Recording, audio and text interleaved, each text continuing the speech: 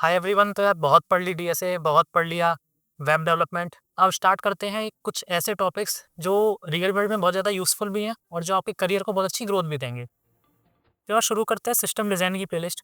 अब देखो, इस वीडियो में हम सिर्फ सिस्टम डिज़ाइन का रोड मैप डिस्कस करेंगे। इस वीडियो में मैं कोई आपको हैवी जार्गन्स या टेक्निकल टॉपिक्स नहीं बताऊंगा। इस वीडियो में हम समझेंगे कि सिस्टम डिज़ाइन क्या है, हमें क्यों पढ़ना चाहिए, कुछ ऐसे एग्जांपल्स, और आगे की प्लेलिस्ट में हम लोग कैसे वीडियोस देखने वाले हैं ये देखेंगे हम। तो यार सबसे पहली चीज़, what system design actually is. System design आखिर में है क्या? तो देखो, यहाँ पे जैसा कि लिखा भी है, system design is the process of deciding क्या how different part of system interact with each other.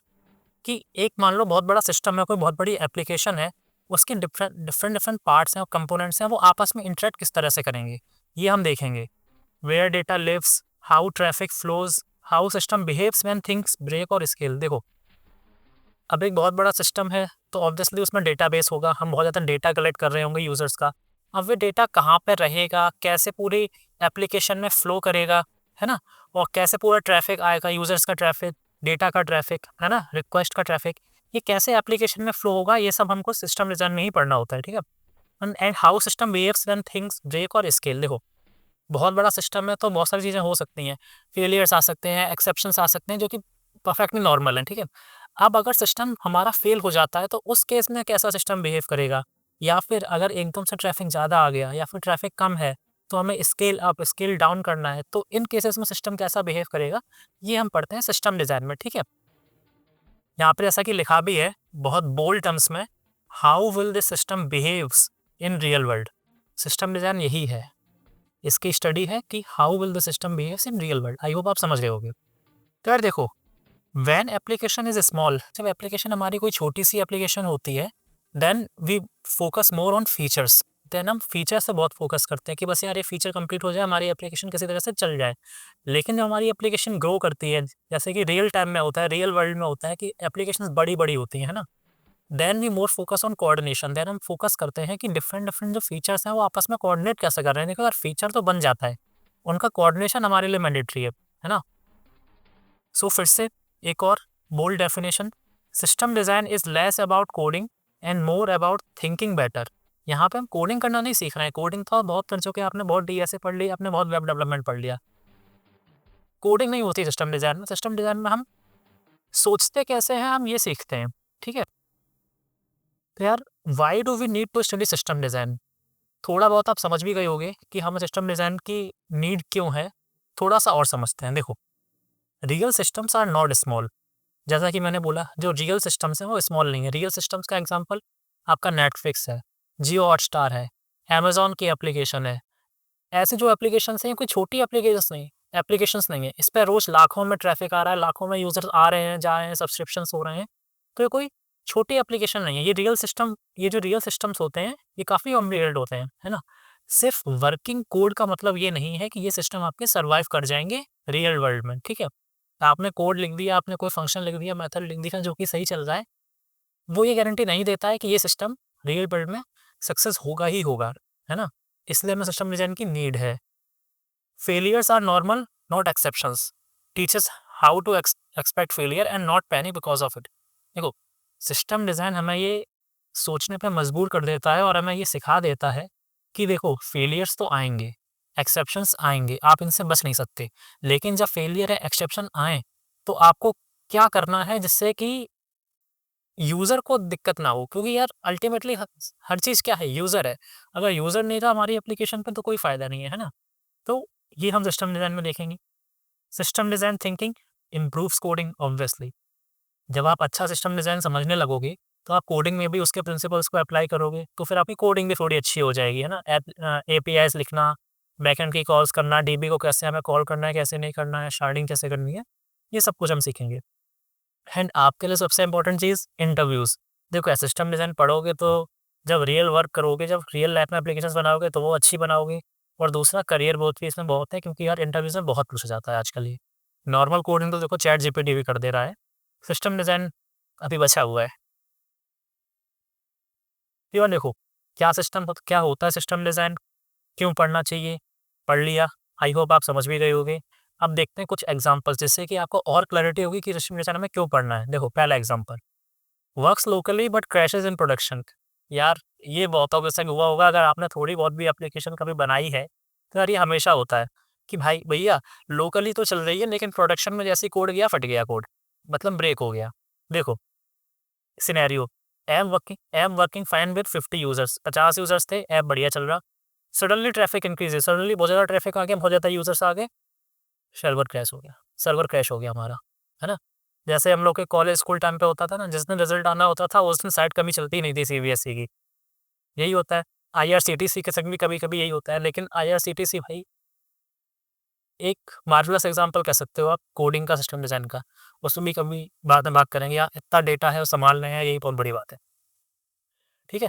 तो एक एग्ज़ाम्पल तो ये होगा कि भाई ट्रैफिक इंक्रीज़ हुआ सडनली हमारे सर्वर क्रैश हो गए। कोड सब बढ़िया चल रहा था, कोड में दिक्कत नहीं होती है, ये हमारा एक डिज़ाइनिंग इश्यू है। दूसरी बात, डेटाबेस बॉटलनेक। यार डेटाबेस बॉटलनेक क्या है? देखो सिनेरियो समझो, ऐप ग्रोज़ ऐप ग्रो कर रहा है हमारा, एवरी रिक्वेस्ट हिट्स डेटाबेस, जो हर रिक्वेस्ट है वो अल्टीमेटली जाएगी डेटाबेस पे अपने। डी डीबी सीपीयू स्पैक, यानी डेटाबेस का जो सीपीयू है, डेटाबेस भी तो किसी सिस्टम पे, किसी कंप्यूटर सिस्टम पे चल रहा होगा ना, तो उसका भी एक सीपीयू है। डीबी सीपीयू स्पाइक्स, एकदम सीपीयू स्पाइक कर गया, उसमें बहुत ज़्यादा लोड आ गया एंड बिकम स्लो। अब यार जब सीपीयू पे लोड आ जाएगा, है ना, तो उसका जो रिस्पॉन्स टाइम है वो कम हो जाएगा, तो हमारी जो रिक्वेस्ट है उनका रिस्पॉन्स मिलने में भी हमें टाइम लगेगा एंड अल्टीमेटली हमारा जो पूरा ऐप है वो स्लो हो जाएगा। हमें स्लो ऐप किसको पसंद होता है यार? आपने नेटफ्लिक्स खोला, आपने थंबनेल पर क्लिक किया किसी मूवी पे, अब मूवी खुल रही है आपकी 5 या 6 सेकंड बाद, तब तक तो हम चले जाओगे ना, 5 या 6 सेकंड तो हम बेयर नहीं कर सकते। तो यार ये एक बहुत बड़ा इश्यू है डेटाबेस बोटलनेक का। Next example, one small change breaks everything. यार देखो यार ये बहुत बड़ी दिक्कत है। देखो मैं एक एग्जांपल समझाता हूँ आपको। मान लो हमारे पूरे सिस्टम में 3 सर्विसेज हैं, सर्विस ए, बी एंड सी। अब है क्या कि हर सर्विस एक दूसरे पे कनेक्टेड है। जब ए से रिजल्ट आएगा वो जाएगा बी में एज इनपुट, बी से जब रिजल्ट आएगा वो जाएगा सी में एज इनपुट, फिर सी हमारा अल्टीमेटली रिस्पॉन्स देगा। हुआ क्या कि किसी भी एक रीज़न की वजह से, एक्स वाई ज़ेड कोई भी रीज़न हो, उस वजह से जो हमारी बी सर्विस थी, वो डाउन चली गई, वो अनअवेलेबल हो गई। अब देखो ए भी सही काम कर रहा है, सी भी सही काम कर रहा है, लेकिन बी सही काम नहीं कर रहा है। अब क्योंकि बी सही काम नहीं कर रहा है, तो हमारा अल्टीमेट रिज़ल्ट रुक गया। तो यानी कि हमारी पूरी जो एप्लीकेशन है, वो खत्म हो गई, बंद हो गई वो। ऐसा नहीं होना चाहिए, क्योंकि जब रियल लाइफ एप्लीकेशन है, उसमें बहुत सारी सर्विसेज़ होती हैं। मैंने 3 का एग्ज़ाम्पल दिया, आपके पास 300 भी हो सकती हैं। अब अगर मान लो आपने 300 सर्विसेज़ इस तरह से डिज़ाइन कर दी कि सारी एक-दूसरे के ऊपर डिपेंडेंट है, तो 300 में से किसी एक के डाउन होने की प्रोबेबिलिटी ज़्यादा है, और अगर उसके डाउन होने से आपका पूरा एप्लीकेशन रुक गया, तो यार ये बहुत दिक्कत वाली बात है ना? तो ये भी डिज़ाइनिंग इश्यू है, तो ये हम समझेंगे। ये एक एग्ज़ाम्पल हो गया कि हमें क्यों सिस्टम डिज़ाइन समझना है। तो वही लिखा है यहाँ पे, one service goes down, entire app stopped working. ऐसा नहीं होना चाहिए। और यहाँ पे ऐसे मुझे कुछ टॉपिक्स याद आ रहे थे, तो मैंने वो यहाँ पर लिख दिए। ये पेन क्यों नहीं चल रहा? चलने लगा। तो मैंने यहाँ पे लिख दिए क्या? Decoupling, fallbacks, graceful degradation. ये कुछ चीज़ें हैं जो हम इस केस में, ये एग्जाम्पल 3 के केस में हम यूज़ कर सकते हैं सिस्टम डिज़ाइन की चीज़ें। सारी चीज़ें हम आगे पढ़ेंगे, ठीक है? टेंशन मत लो, ये तो पहले ही वीडियो है। फिर देखो, what we will study in this series, इस सीरीज़ में हम आगे क्या पढ़ने वाले हैं। अभी मैंने आपको इंट्रोडक्शन दे दिया कि सिस्टम डिज़ाइन क्या है, क्यों पढ़ना है, ठीक है? अब ये देखो, 3 फेजेस में ये पूरी सीरीज डिवाइडेड रहेगी। फेज़ 1 फंडामेंटल्स, इसमें क्या होगा? रिक्वेस्ट फ्लो समझेंगे हम। रिक्वेस्ट फ्लो कैसे होता है? सर्वर्स क्या हैं? डेटाबेसेस क्या हैं? बेसिक स्केलिंग किस तरह से होती है? क्या होती है हॉरिजॉन्टल वर्टिकल स्केलिंग? ये समझेंगे। When and why systems break, systems क्यों ब्रेक होते हैं? क्या रीज़न होता है? कब ब्रेक होते हैं? है ना? तो ये फंडामेंटल्स हो गए फेज़ 1 में। फेज़ 2 में हम कोर बिल्डिंग ब्लॉक्स पढ़ेंगे, जैसे कि load balancers, caching, databases, message queues, stateless versus stateful systems और भी बहुत सारी चीज़ें। यार ये जो फेज़ 2 है ना, ये सबसे ज़्यादा इंपॉर्टेंट रहेगा इस पूरी सीरीज़ का, क्योंकि फेज़ 2 में हम ब्रिक्स के बारे में पढ़ेंगे। अगर आपने ब्रिक्स के बारे में नहीं पढ़ा, तो आप पूरा घर नहीं बना पाओगे सिस्टम डिज़ाइन का, ठीक है? अब ब्रिक्स पढ़ लिया हमने, फंडामेंटल्स पढ़ लिया, नींव रख दी, ब्रिक्स भी हमने तैयार कर ली। अब घर भी तो बनाना है, यानी कि पूरा सिस्टम डिज़ाइन करना है ना। तो यार अब हम पढ़ेंगे फेज़ 3 में रियल लाइफ केस स्टडीज़। क्या? URL shortener and notification systems कैसे काम करते हैं। चैट सिस्टम्स कैसे काम करते हैं, लाइक व्हाट्सएप वगैरह। फीडबैक सिस्टम्स क्या होता है, सर्च ऑटो कंप्लीट कैसे काम करता है, वो आप गूगल में आपने कुछ टाइप कर दिया और नीचे सजेशन देने लगता है ना पूरा पूरा ऑटो कंप्लीट करके। क्या वो भी बहुत काफ़ी अच्छी चीज़ है कि सर्च ऑटो कंप्लीट कैसे काम करता है, रेट लिमिटर्स कैसे काम करते हैं, की वैल्यू स्टोर एंड यूट्यूब की पूरी वर्किंग समझेंगे, यूट्यूब कैसे काम करता है ना, यूट्यूब का system design. Then Google drive, इतनी चीज़ें आप स्टोर कर देते हो ड्राइव में, गूगल ड्राइव कैसे काम करती है, ये भी देखेंगे। और भी बहुत सारे एग्जांपल्स हैं। ये मैं जो मैं ये बता रहा हूँ, ये सारे टॉपिक्स नहीं है, ये मैंने आपको बता दिया कि इस तरह के टॉपिक्स हम पढ़ने वाले हैं, ठीक है? आप ये मत समझ रहे हैं कि ये पूरी प्लेलिस्ट की इंडेक्सिंग है यहाँ, ये इंडेक्सिंग नहीं है। ये मैंने आपको फिजिक्स में डिवाइड करके बता दिया, कुछ एग्जांपल्स बता दिए कि ये सारी चीज़ें हम पढ़ रहे होंगे। तो यार फर्स्ट वीडियो में इतना ही, रोड मैप वीडियो था, हमें समझ लीजिए क्या सिस्टम डिज़ाइन होता है, क्यों पढ़ना चाहिए, उसके एग्जांपल्स क्या हैं और आगे हम सीरीज़ में किस तरह से चीज़ें पढ़ेंगे, ये सीरीज़ को किस तरह से हम डिवाइड रखेंगे, हमने ये सब कुछ देख लिया है। तो मिलते हैं नेक्स्ट वीडियो में, तब तक के लिए bye bye and thank you.